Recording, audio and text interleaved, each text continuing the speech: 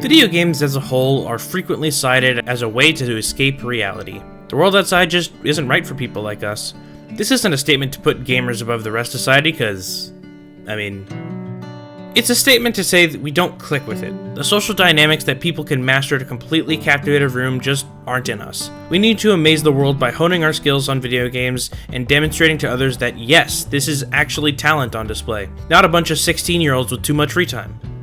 Okay, so it can be both, but let's stop and focus for a second on a time where we all had to drop our lives after a news article broke that the world is ending and we need to stay inside like all the gamers have already been doing. As players develop their skills at Destiny rating and begin to think more outside the box for what can actually get done, we rediscover the competition thought to be lost back when Tfue was fighting all of PlayStation for the world record. It's a line of logic that will bring great fortune as it did for Fish's group in bucking normal trends to say Redeem wasn't strategically ahead of the curve and set the most legendary King's Fall record so far. The COVID-19 pandemic, as it will be called, will finally ask the world what happens when the greatest Destiny players ever to walk the earth to this point have their day-to-day schedules open up by a figure of magnitude. We are going to see some serious shit. You would expect Cruelty taking back a legendary record with a completely new team to be an incredibly noteworthy record, but it's rather simple how we got here. Better players got their hands on the new strats and had slightly better execution across the board. There was one new strat to wipe upon getting the threshold checkpoint after Transept to stop the timer for a meaningless jumping puzzle, and other than that, the runs are basically the same. I would still call the 59 a much better time, but it took a couple months for them to get it back. This was more of a transition period for the team that isn't the Redeem that we are used to, because this again isn't a Redeem Xbox team that takes it back.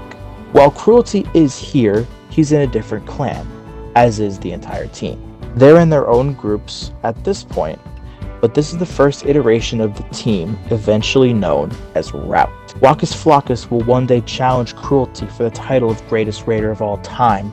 No Good is one of the best hybrids of LFG great and speedrun of all time. SS Scrub, Hey, this record was set by 6 Titans. That's crazy. Anyway, this record stands as the final King's Fall record of Cruelty's career. While he will leave the game second to none, this run sees little momentum from the new faces, as teams are more interested in running Wrath of the Machine at the time. Therefore, this record will continue to stand for another year until a truly one-of-a-kind record comes along. This next record is unlike anything we have seen thus far. What you have seen to this point is something we call in modern terms NMG, which stands for no major glitches.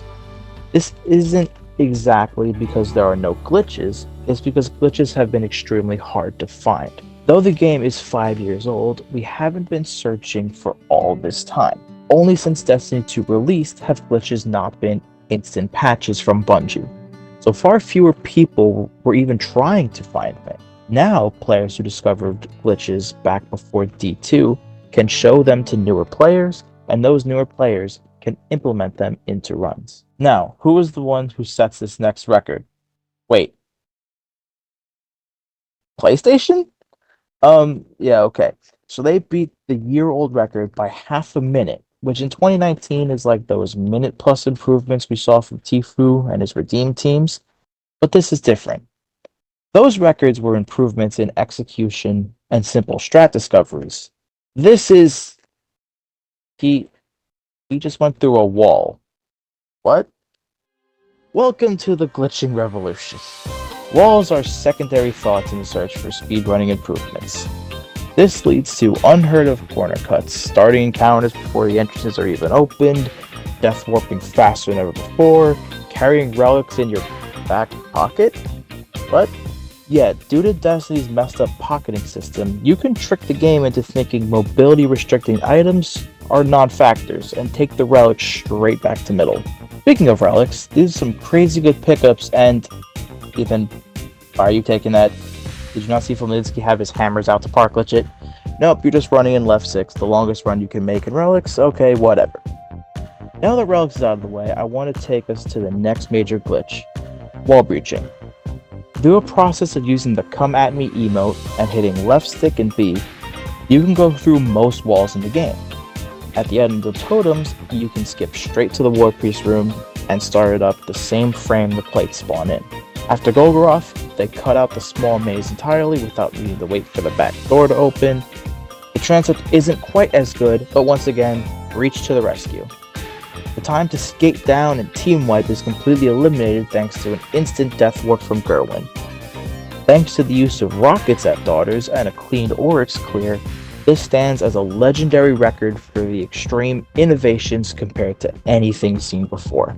Though I don't exactly think we can call it that, because the amount of innovations and saves here total far more than the 22 seconds we have saved since Cruelty's final run. So this record, in hindsight, is viewed more in the light as a 25:52 time of what happens when we give new strats to the better players of the time. I'm glad you asked. This is not the Xbox players we're used to seeing. This group is a completely new one, yet this record allows us to introduce not one, but two new characters to King's Fall. He's known at the time as TBSA Bosch's Pro, but we will be going by the name he changed to for much of his career, was inducted into the top 100 greatest raiders with, and what he's remembered by many as today, Twoozy.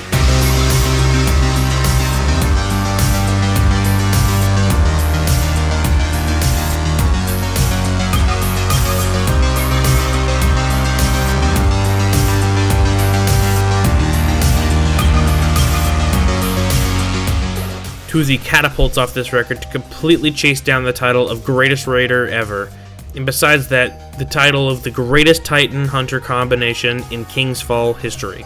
His name appears here for the first time, but good God, this will not be the last. Nor will it be the last time he encounters Atomic.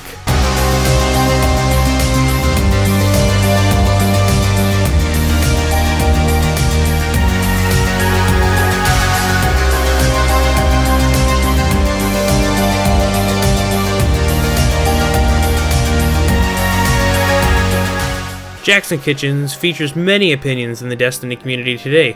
Many I don't have time to share, but a 247-page essay does. Pause if you need a second to read. Atomic will end his Destiny career with a staggering 34 career world records, a number not even topped by Twoozy. Atomic is also the leader of Sunbreaker, a clan that will, in the very near future, help revolutionize King's Fall speedrunning, as will Twoozy's Fellwinter clan. These two will stage the greatest record battles ever seen in Destiny history, featuring more than a quarter of the Destiny Rating Hall of Fame. But all that is yet to be seen.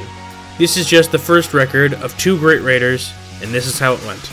Relics was nearly the same. Routes were a bit better, and both sides hit an efficient park glitch on Relic 6. The ship's gate is a bit better, so another gain over PlayStation, but we get to ships now. I've talked very little about ships thus far, and that's because since the invention of sword flying, ships has changed very little. It's less interesting to spend time discussing things that were invented when silly bands were still in stores, but nothing much else we can do here. Unless...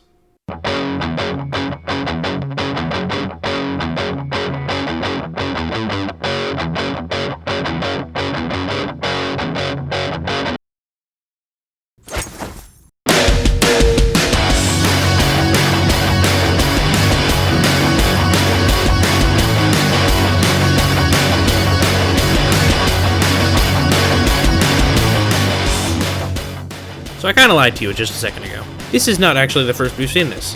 In PlayStation's 2530, we caught a glimpse of what would come with the Power Slide. It was called the SSD strat back then because it required you to have fast enough load speeds to switch artifacts mid-sword flight. PlayStation used it to speed up the second half movement, but not by all that much. The newer method was more consistent, saves far more time, and will, in some form or another, be a part of every King's Fall record going forward. Now that we've been treated to my absolute favorite thing about Destiny, we can see what happened in the run. After arriving at totems well ahead of schedule, it went as it always does there. Though the warp restart could have gone smoother, thankfully it's not a big loss, and they make the time back in Golgoroth. Damage is being done from the second orb to the right due to being easier to put melting points on Golgoroth without losing a damager, and the added benefit of being closer to the breach for transepts. Unfortunately, MK would mess up his boop off of the first pillar, another loss, but not a huge one either. Again, Xbox makes it up through a superior Daughters and Oryx, leading Xbox to now push the record down nearly 30 seconds, and another minute barrier is looking soon to be behind us. We will say this about a minute barrier break a few more times this year, because 2020 is not only the first time we will see the sub 25 minute King's Fall barrier, but the greatest year in Destiny history. You're going to see some very crunched up dots soon. If there were just one bad thing I could say about 2020 speedrunning and the great legacy of Twoozy, it's that I really wish more runs were recorded. These two records are a minute barrier break and subsequent improvement, yet there is little to share on since they were never recorded. It's not like they didn't happen. We have the raid report links to prove their existence, just makes a less interesting video years after they happened. So for the first sub 25 King's Fall, we will have to again divert our attention to something more important. Pictured here is Kareem Abdul-Jabbar and Magic Johnson. Kareem was the face of the NBA for the 1970s and is widely regarded as one of the 3 greatest basketball players to have ever lived. Earvin Magic Johnson is a very well-liked player and also a lock for the top 10 in his sport, almost in the regard Kareem is, as impossible as that may be to imagine. Pictured above this record is Twoozy, who's about as close as we can get to Kareem in Destiny terms, as Twoozy is truly the greatest raider, save one person, but Magic Johnson to him was the legendary Danger. And while it's more of a complicated discussion than we have the time here for, DD is usually riding second fiddle to Twoozy, with note of how both great players made each other greater, rather than riding the coattails to the top. It may be unfair of me to not give him a character here, but it'll make sense as we progress in the story here. Only a day later, we see the return of Route to King's Fall records, though only No Good and Wakus are holdovers from their previous time. This is a really simple improvement and what the textbook speedrun of King's Fall will look like in early 2020. This isn't really even a King's Fall team. However, if you take a look at the Wrath progression, this core of players show up several times alongside Fellwinter. Since it's as clean as I'm hyping it up to be, let's check in for what the run is like. Relics is basically as perfect as it can get, with all the pickups being as instant as you can get, including a more consistent parklage method of throwing the final hammer instead of letting the super expire. Getting to ships, we have a solid execution of the power slide, though not quite as good as MK's was in the last run. Totems is still a standard completion of the encounter. Warp Restart is clean, but when it comes to the aura grabbing process, middle and right plate get on all at the same time, allowing for a much faster pickup. Saves a couple of seconds and works pretty consistently considering left is always the first plate to get on. Unfortunately, the kill lost pretty much all of that extra time, Wakus taking all day to get to the platform, and the first melting point being taked by the Warp Priest. For all the great things that Melting Point brought to the table, it still had the minor chance to go through without adding any debuff to the enemy. Golgoroth could be better if Axis Bake weren't absorbing shots from what seemed to be at least 2 different players, or if Ionix's batteries hadn't died for the transition after, or if the bubble was a Glasshouse one. Okay, so it's an awful Golgoroth segment, but we still move on ahead of pace. After an okay transition, Daughters and Oryx, we've got a record that is definitely okay, though Axis Bake disagrees and calls it a bad run based on potential time save. About 10 seconds on entrance for better routing, ironic when running and parting relics. Roughly 10 seconds on ships with a better skate and a slide, a few seconds on War Priest, around 5 seconds on Golgoroth, around 5 seconds on Jumping Puzzle to Daughters, and around 5 to 10 seconds across Daughters and Oryx. Adding that up, our theoretical limit is well into the 23-minute range. Honestly, I kind of like seeing the light at the end of the tunnel. There has always been a sum of best to go off of, but we seem to know definitely where that point is now. What you are looking at right now is the 24-minute, 16-second King's Fall world record set by Atomic and Twoozy, not the Route Runners. Faster relics, and wow, MK is really good at this whole power sliding thing. I'm getting really impressed how ahead he's constantly of the rest of the runners he's with. Totems being totems, man, we gotta find something to do here. War Priest had a better start, but surprisingly, the exact same melting point glitch on the War Priest meant another slow kill. Golgoroth could have been better, and oh my god, Atomic, why on earth do you have 3 sniper bullets? My god, this kill is awful. Well, that sucks. Let's see what Atomic, the person who caused this massive time loss, has to say on the matter.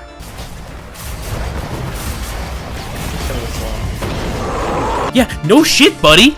Even then, we knew to pop a special synth before this. Why didn't you... Well, they've built enough of a lead thus far that it should be fine enough, and thanks to an all-right daughters and Oryx, those leads to a new world record. Bonus, it didn't even take a week to get this run too. Should be good progress for the near future. Wait, that's a horizontal line. So, the y-axis is labeled at the time of the speedrun, so... Shit, did we just tie the world record? There's no video for this, but now we're at the point where I personally get involved in the speedrunning community, and as the world was collapsing, I can confirm that we did indeed tie the world record of 24 minutes 16 seconds. And the reason it's so memorable isn't exactly because of the second 24:16, it's because of the next world record. Again, they did it again. Pulling the timeline all the way to 2024 and tying a world record raid run is something that has happened less than half a dozen times combined. But those instances were all 2 runs at the same time. At this point in time, the only 3-time tie of a raid record is this one right here. Only the first of these times has a video to go on, so we can't exactly see what made or broke these runs. If they were behind past Golgoroth and made a comeback, or if they were ahead and just couldn't finish off. It was a very long month and a half for Atomic and Toozy, and something that really put into perspective what runs had been like for 2020, and how they were going to be with Atomic for this stretch of Destiny history. That one-off comment on Golgoroth wasn't really as one-off as it seems. A statement I cannot confirm is that Atomic is quite possibly the most competitive speedrunner in Destiny history. One that I can say is whenever Atomic is going to lay into someone or push blame, whether justified or not, it was often to a player who was less accomplished but more talented than Atomic was. This dynamic was very unsustainable for the teams to stick together long-term, and explains why this is the last time we see MK in the records, despite him being the best skater, allegedly, and by far the best power slider we've seen thus far. Surprisingly, this clash would also lead to a nearly year-long separation between Toozy and Atomic.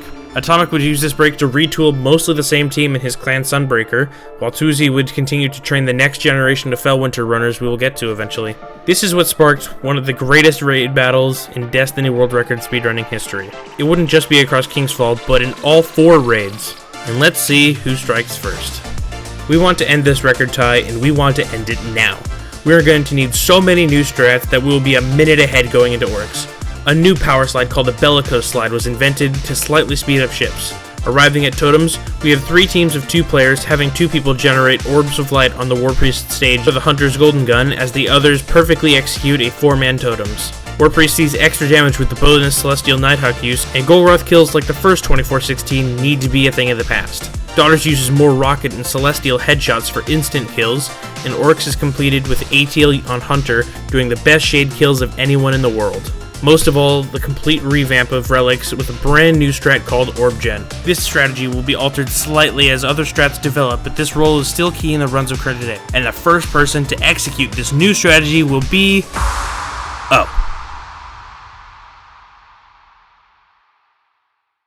I generally don't like talking about this speedrun, and I'm really only doing so because I have inside knowledge of what failed attempts looked like and the thought process of certain strats and decisions, and man, the thought process was frustrating at times. I'm gonna say this once and once only, not only out of the profound respect I have for Candy as a person, but as another fault on the leader of men that Atomic was. Death Guy should have been on Orb Gen for this team. The park glitch routes were not what they are today, nor were they going to be for a while, but it should be noted that the shortcut on the left side is both considerably easier to perform and is nearly half the distance that right 6 is. Atomic insisted on only running relics if you got a close 6 on the right side for some reason, so we had a somewhat faster route, but regardless, there should never have been this much space separating right and left 6 part. And that's not even mentioning how Death Guy would only hit maybe 60% of the time, while I've never missed in a speedrun before. I wasn't very good at Orb Gen, at least not for another 3 years or so, because it was much more difficult than the Orb Gen players today are used to. You have to take down the middle door multiple times because nobody is in the middle with you, and you can't stand on the other side of the door because the orbs are expected to be in the center area instead of with the statues. This doesn't allow you to attack enemies right out of spawn and reduces the chance of multiple orb kills. From this position, you also have to take fairly narrow shots at the right side doors instead of the left door that faces you. It's just a generally more uncomfortable Orb Gen process, and being the first person to do it, there wasn't a record POV for me to learn off of, so one crash course from the day before runs were slated to begin from Atomic wasn't quite the practice one would need to jump from sub-30 Vault of Glass budgets to King's Fall world record. I think it's enough complaining at least until the run starts, so let's get moving. Of course, the aforementioned Orb Gen strat is the newest thing introduced to King's Fall because the Orb Gen virtually guarantees people have enough super energy to part glitch relics 5 and 6, allowing for consistently faster and more frequent runs to ships. Of course, that's offset by atomic 50-50ing relic 6, but that's whatever. Ships features one of the best players of this era, Kylo Brent, as a designated ship skater because having people who skate slower than others interrupt the rhythm and routing of the team's fastest player is something we could definitely use less of. Here we arrive at the next new thing to King's Fall, the Bellicose slide. Axis Bake had discovered this in the month leading up to this, and is a slightly faster but more difficult version of the power slide. And Kylo is attempting to complete the 3-sword Bellicose, something that he was one of the only people in the world to complete, and having Atomic do a standard one to back him up. Totems has some new tech to it, having 4 players execute a 4-man totems, with the remaining 2 players building bubbles and breaching ahead to make some orbs for the hunter during War Priest damage. Golgoroth is the same as we've seen, with slight alterations to the blinding bubble placement. After that is the transition, and where's the Death War person? Oh, Harry missed it. Appease Them, as seen in the video, is a phenomenal human being who I have nothing but good things to say about. And one of those good things is that in all the running I did with him, in all the videos I have seen with him, this is truly the first time he has made a mistake in a Destiny speedrun. He's an all-time great Hall of Fame raider, but nobody is perfect in the run. That's just a couple second loss for him to quickly skate down and do the old version of the Death Warp. Even his mistakes are minimal. Daughters is a perfectly fine run for the era and faster kill because of additional rockets, and we get to one of my favorite soundbites from all of this research. Harry, still regretting his only mistake from all of the runs, has Kylo give him some encouragement, and Aetiel, bless his heart, completely seals his fate to what will happen at Oryx. This has honestly been like a perfect run for me. I'm not gonna lie. This was, according to him, literally the only bad shade kill he's got. I'm inclined to believe him, not only to further my propaganda to convince him to marry me, but because he's genuinely been the best hunter of 2020 so far. Quite the feat when he's competing with Twoozy of all people. Anyway, that wraps up below standard Oryx, and the final time is 23 minutes 58 seconds. A new world record that classifies as both a curse breaker and a minute barrier break. While it's an objectively bad run considering both several minor mistakes, we ran a below average relics for us, and Kylo was really who we would like to have as our second skater compared to Atomics. However, as many know, I only have one career any % King's Fall record, and as such, Sunbreaker will be retooling again. So I think it's a good time to check in on who Twoozy has taken the time to build up.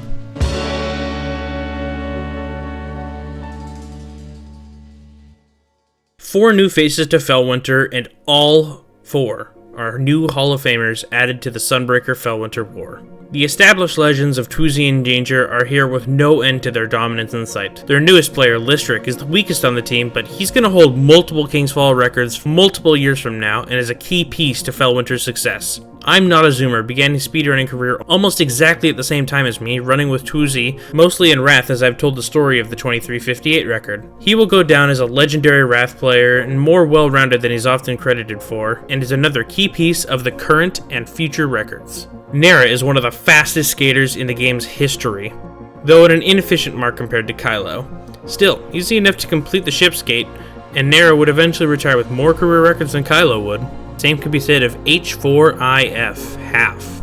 Half was much more established than the other 3 I've mentioned, though is primarily in Wrath and Vault of Glass. He's a fantastic warlock and has absolutely no problem playing on Titan for this caliber of team, while Twoozy stakes his claim for the greatest Hunter-Titan combination in the world. I sadly can't show any video of this because there's none to show for the remainder of this chapter. This record is only really notable because of the new faces to this, and in part because of what happens next. As of this record happening, there is only one thing that could be said about this. This is quite possibly the greatest world record ever seen, not just in King's Fall, not just in raids, but across all PvE game modes.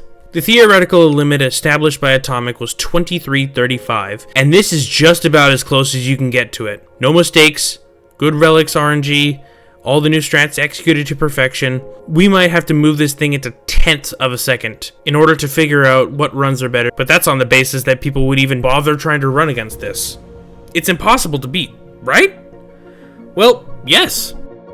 Until we look into what actually happened. Of the splits we can confirm, we can say for sure that relics were 2 minutes and 6 seconds long. Good for the time, but the record was 1:55 set by Fellwinter, meaning that at least 11 seconds could theoretically be saved.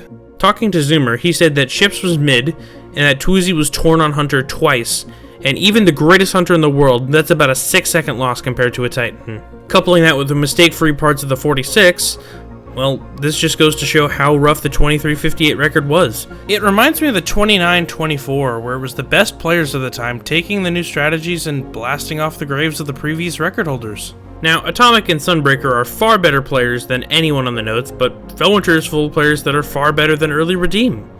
It's an imperfect record and an imperfect theoretical limit we were building off of in this case. A mid-2330 was the time Atomic stated the King's Fall limit was. The actual time sits around here. 26 seconds to go.